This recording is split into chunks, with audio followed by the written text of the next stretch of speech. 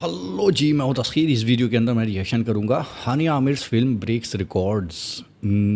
पाकिस्तान के अंदर Neeru Bajwa insulted in Sardaar 3, Diljit Dosanjh के ऊपर क्या हो रहा है, क्या कर रही है पाकिस्तान में इनकी फ़िल्म। और बहुत सारी कंट्रोवर्सी आपने सुनी होगी कि हानिया आमिर हैं तो फिल्म क्यों बनी, क्योंकि दिलजीत दोसांझ को सबसे ज़्यादा क्रिटिसिज्म इसके बारे में झेलना पड़ा है। मैं बात करूंगा और भी डिटेल में। तो स्टार्ट करते हैं वीडियो को, बाकी डिस्कशन हम बाद में करेंगे। देख लेते हैं, let's start the video now. क्या हानिया की वजह से दिलजीत ने पंजाबी फिल्मों की सबसे बड़ी हीरोइन नीरू बाजवा को धोखा दिया? क्या उनके साथ ज्यादती की गई? क्या उनको फिल्म की हीरोइन के तौर पर कास्ट करके बाद में उनके सारे सीन्स काट दिए गए सिर्फ हानिया के कहने पर? ऐसा है या नहीं, आज की इस वीडियो में आप जान पाएंगे। और साथ बहुत कुछ इंडियंस को वो बातें सुनने को मिलेंगी जो कि वो एक्सपेक्ट नहीं कर पा रहे थे। आज की इस वीडियो में हम सरदार जी 3 पर बहुत सारी बातें करने जा रहे हैं और आपको हकीकत बताने जा रहे हैं। कितना पैसा लगा, कितना नुकसान होने वाला था और कितना पाकिस्तानियों ने एक ही दिन में कवर कर दिया। वीडियो शुरू करते हैं, लेकिन उससे पहले बताता चलूं, मेरा नाम है सुमेर और आप देख रहे हैं सभी सुमेर यूट्यूब चैनल। दोस्तों, सबसे पहले इंडियंस को ये बात सुनकर बिल्कुल भी अच्छा नहीं लगेगा, क्योंकि सरदार जी 3 ने रिकॉर्ड तोड़ दिया पाकिस्तान में। पहले ही दिन इतने पैसे कमा लिए कि सभी हैरान बैठे हैं, क्योंकि रिकॉर्ड तोड़ ओपनिंग थी भाई।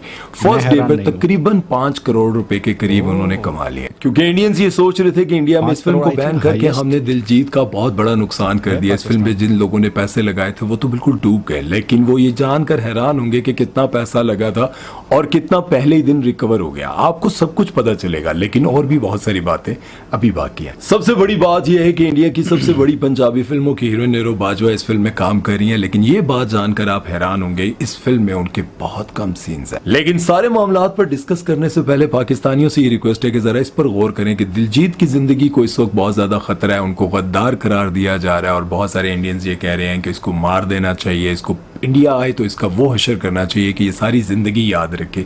और बहुत सारे लोग ये कह रहे हैं कि इसका पासपोर्ट कैंसिल कर देना चाहिए, इसको गद्दार वतन करार देना चाहिए। और अगर दिलजीत इंडिया में आएगा तो इसका वो हाल करेंगे कि इसके साथ और भी जितने लोग थे ना, उनके लिए इबरत का निशान बन जाएगा। इस तरह की बातें क्यों की जा रही हैं? क्योंकि वो कहते हैं कि हानिया आमिर को इस फिल्म में क्यों रखा। इंडियंस को ये गुस्सा आया, ये इतराज है कि नीरू बाजवा को आपने चले इग्नोर किया, जो भी किया, लेकिन उसके साथ साथ आपने पाकिस्तानी एक्ट्रेस हानिया आमिर को इस फिल्म में क्यों रखा।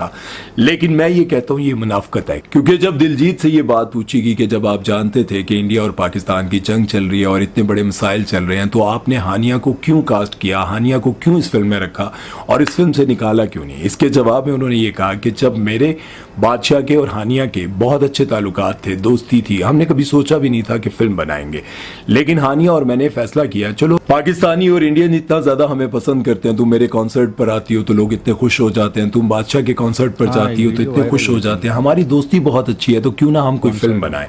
क्योंकि पाकिस्तानी इंडियंस एक दूसरे से बहुत ज्यादा प्यार करते हैं, एक्टर से इतना प्यार करते हैं। और जब मैंने देखा कि हानिया आमिर को इंडिया में बहुत ज्यादा प्यार मिलता है, उसकी बहुत ज्यादा फैन फॉलोइंग है, तो मैंने सोचा कि चलो फिल्म बना ही लेते हैं। जब हमने फिल्म शुरू की उस वक्त पाकिस्तान और इंडिया के हालात बहुत अच्छे थे, सियासी मामलात भी बहुत अच्छे थे। जब फिल्म आधे से ज्यादा तकरीबन बन चुकी थी और 50 करोड़ पाकिस्तानी इस फिल्म पर लग चुके थे, तब मामलात खराब हो गए। अब जब मामलात खराब हो गए तो मैं ये कैसे फैसला कर सकता था कि मैं हानिया आमिर को इस फिल्म से निकाल कर बाहर फेंकता, क्योंकि फिल्म तो सारी की सारी शूट हो चुकी थी। अब जब मैंने प्रोड्यूसर्स के पाकिस्तानी 50 करोड़ रुपए लगवा दिए, तो मैं ये कैसे फैसला कर सकता था कि उस फिल्म में से हानिया को निकाल दूं और सिर्फ इसलिए उस फिल्म को डब्बे में रख दूं कि ये इंडिया और पाकिस्तान के हालात खराब हो गए। अब मैं ये कैसे फैसला कर सकता था? क्योंकि मेरे कहने पर जिन लोगों ने पैसा लगाया, मैं उनको कैसे डुबो सकता था? अब बात यहां पर खत्म नहीं होती। इस पर दिलजीत ने एक और बात की, उन्होंने कहा कि मुनाफिकत इन लोगों में है जो मुझे मैसेजेस करते थे, मेल करते थे कि हानिया को ले लो, हानिया को अपनी फिल्म में ले लो, और नेक्स्ट फिल्म में हीरो आपने वहाज को लेना है, आपने दानिश तैमूर को लेना है, आपने फिरोज खान को लेना है। अब आप अंदाजा लगाएं कि जब इंडियंस खुद ये बात कहते रहे कि फिरोज खान को ले ले, दानिश तैमूर को ले ले, अगली फिल्म में हीरो आपने इन तीनों में से किसी एक को लेना है।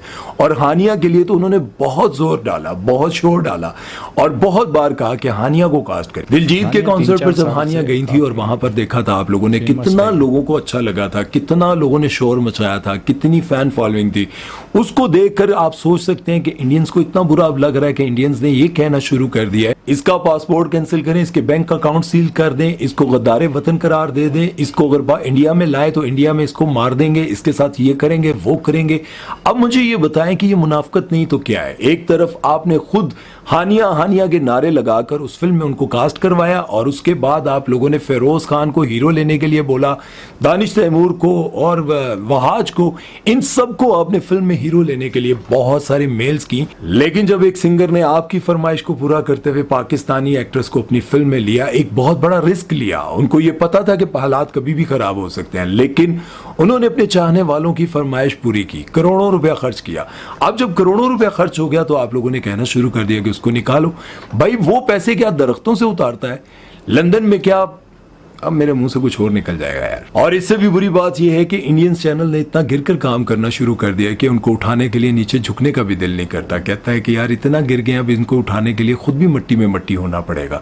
इसलिए बंदा ये सोचता है कि इंडियन चैनल को देखना ही छोड़ दे। वो कहते हैं कि हानिया आमिर एक साल में तकरीबन 50 करोड़ रुपया कमाती है और वो ज्यादा से ज्यादा इंडियन स्टार से बटोरती हैं। ये कितनी घटिया और गिरी हुई बात है। और तो और इंडिया के बहुत सारे यूट्यूबर्स हानिया पर ये तोहमतें लगा रहे हैं और साथ में ये भी कह रहे हैं कि हानिया के पास एक से ज्यादा जो है वो ऑडीज हैं। भाई हमारे तो यूट्यूबर्स भी ऑडी रखते हैं 5-5 करोड़ रुपए की।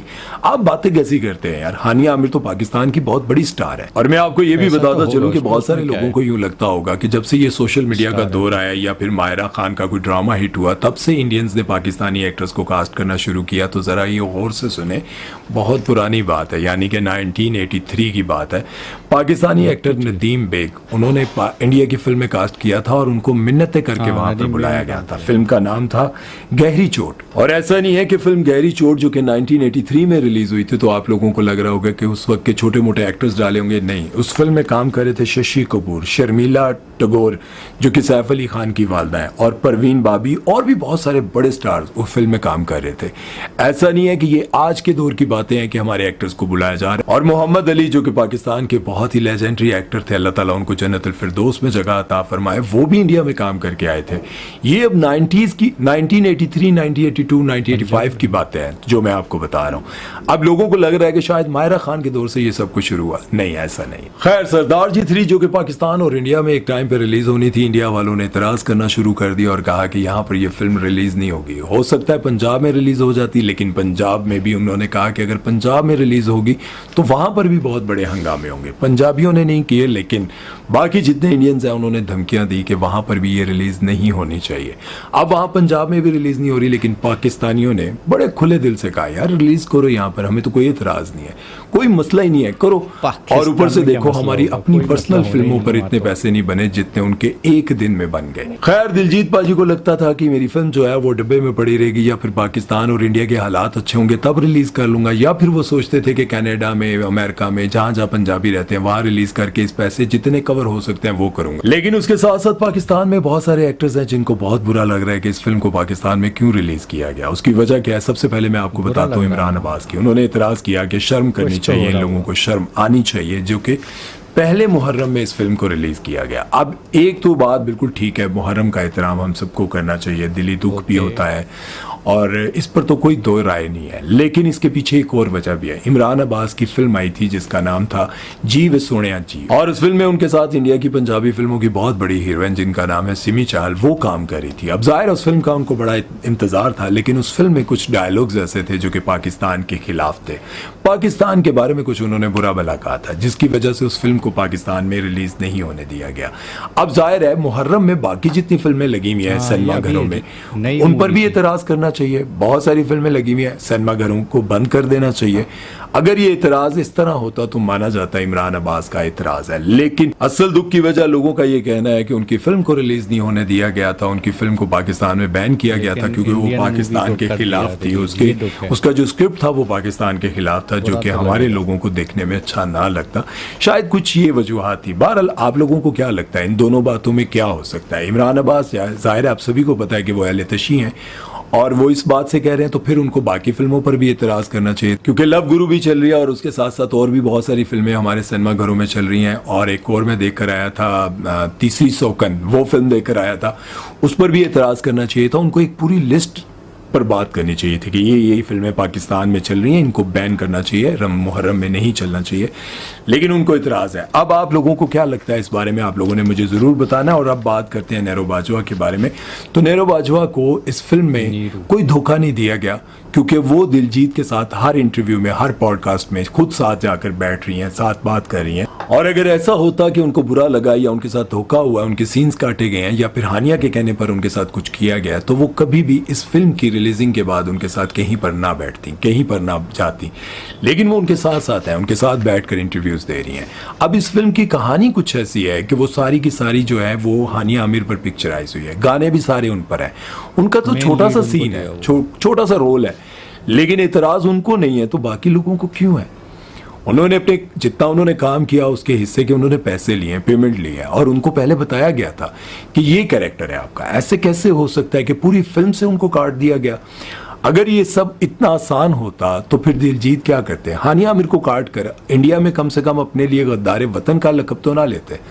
अगर ये काटना इतना आसान होता, जिस तरह से इंडियंस कह रहे हैं कि नेरो बाजवा को काट दिया, सारे उनके सीन्स खत्म कर दिए, अगर ये इतना आसान होता तो फिर ये सब कुछ हानिया के लिए किया जाता, ताकि वो अपने मुल्क में इज्जत से तो जा सकते। बहरहाल मन घड़त कहानियां आपके सामने आती रहेंगी, लेकिन पाकिस्तानियों ने खूब दिलजीत का साथ दिया और उनको इस फिल्म से खूब प्रॉफिट होगा। 50 करोड़ रुपए पाकिस्तानी लगे थे, एक दिन में 5 करोड़ एक जगह से उन्होंने कमा लिए। बाकी ये पैसे जो है इंडिया से भी कमाए, इंडिया में कहाँ से कमाएंगे, लेकिन या यूके, कनाडा, अमेरिका, जिधर जिधर भी ये फिल्म लगेगी वहाँ से पाजी पैसे कमाएंगे। पाजी तुहाड़ी फिल्म मैं भी वेखण जावांगा तो मैं तुहानू फिर सारा बायोडेटा दसांगा कि फिल्म कैसी है। बहरहाल उम्मीद है कि आज की वीडियो आप लोगों को अच्छी लगी होगी। अपना ख्याल रखिएगा, दुआ में याद रखिएगा। लेकिन एक बात का दुख है कि जैसे आप लोग कभी कहते हैं कि यार फिरोज खान हमें बहुत अच्छा लगता है, दानिश तैमूर हमें बहुत, हमारे ड्रामे आप इतने शौक से देखते हैं सब कुछ, लेकिन अगर आपका कोई अपना हमारे किसी एक्टर या एक्ट्रेस को कास्ट कर लेता है तो वहां पर आप इतनी बड़ी लड़ाई बना देते हैं कि उस एक आम से फनकार को, मतलब आम से फनकार एक आम इंसान है, उसे गद्दार वतन करार दे देते हो। ये बहुत बड़ी ज्यादती है, ये नहीं होना चाहिए, बिल्कुल भी नहीं होना चाहिए। उम्मीद है कि मेरी बातें आप लोगों को समझ आई होंगी। अपना ख्याल रखिएगा, दुआ में याद रखिएगा। अल्लाह हाफिज। ऑलराइट, तो सारे वीडियो देखने के बाद हम डिस्कस करेंगे कि ये पूरा सीन क्या है, कौन सही कौन गलत है, इसके मुद्दे पर हम बात करेंगे। देखो, पहली बात, जंग चली इंडिया पाकिस्तान की, दुश्मनी की जंग चली, ठीक है। तो आपने देखा होगा सोशल मीडिया पर भी और वैसे भी सब अपनी अपनी कंट्री को, दोनों साइड के लोग सपोर्ट करते हुए नज़र आए, अपनी अपनी कंट्री के। देखो, एक जो तबका कहो या फिर एक साइड ऐसी है जो ये मानती है कि हिंदुस्तान है तो हिंदुस्तान है, पाकिस्तान है तो पाकिस्तान है, फिर उसमें मूवी हो या फिर सारा कुछ हो। और एक तबका ऐसा है, कुछ लोग ऐसे हैं, मैं आपको एक ग्रुप बता रहा हूँ लोगों का। तो कुछ ग्रुप ऐसे हैं जो कहते हैं कि मूवी तो देख ही सकते हैं, एंटरटेनमेंट से क्या मतलब इन जंग वगैरह का। तो ये दो टाइप के लोग हैं कि कास्ट कर लिया तो क्या हुआ, या फिर पाकिस्तान के बंदी के साथ मूवी बना ली तो क्या हुआ। ये दो तरह के लोग हैं। और जो पहला वाला मैंने बताया उसमें ये उस ग्रुप का मानना ये है कि देश से ऊपर कुछ नहीं, अगर मूवी छोड़नी पड़ती तो छोड़ते, बंद करनी पड़ती तो बंद करते, रिलीज़ रोकनी पड़ती, ख़त्म करनी पड़ती तो ख़त्म करते। ये मानना है एक ग्रुप का। दूसरा ग्रुप कहता है कि चलो मूवी बन गई होगी, पैसा लग गया होगा, ये सब कुछ हो गया होगा, मेहनत हो गई होगी जंग से पहले, तो फिर उसको ऐसे कट नहीं कर सकते या फिर सीन नहीं हटा सकते या फिर रिलीज़ से रोक नहीं सकते, है ना। तो क्योंकि पैसा भी कमाना है। पहला वाला ग्रुप कह रहा है कि पैसा ज़रूरी है या देश। तो ये एक डिस्कशन बना हुआ है जिसमें सबसे ज़्यादा पिसे हैं दिलजीत दोसांझ।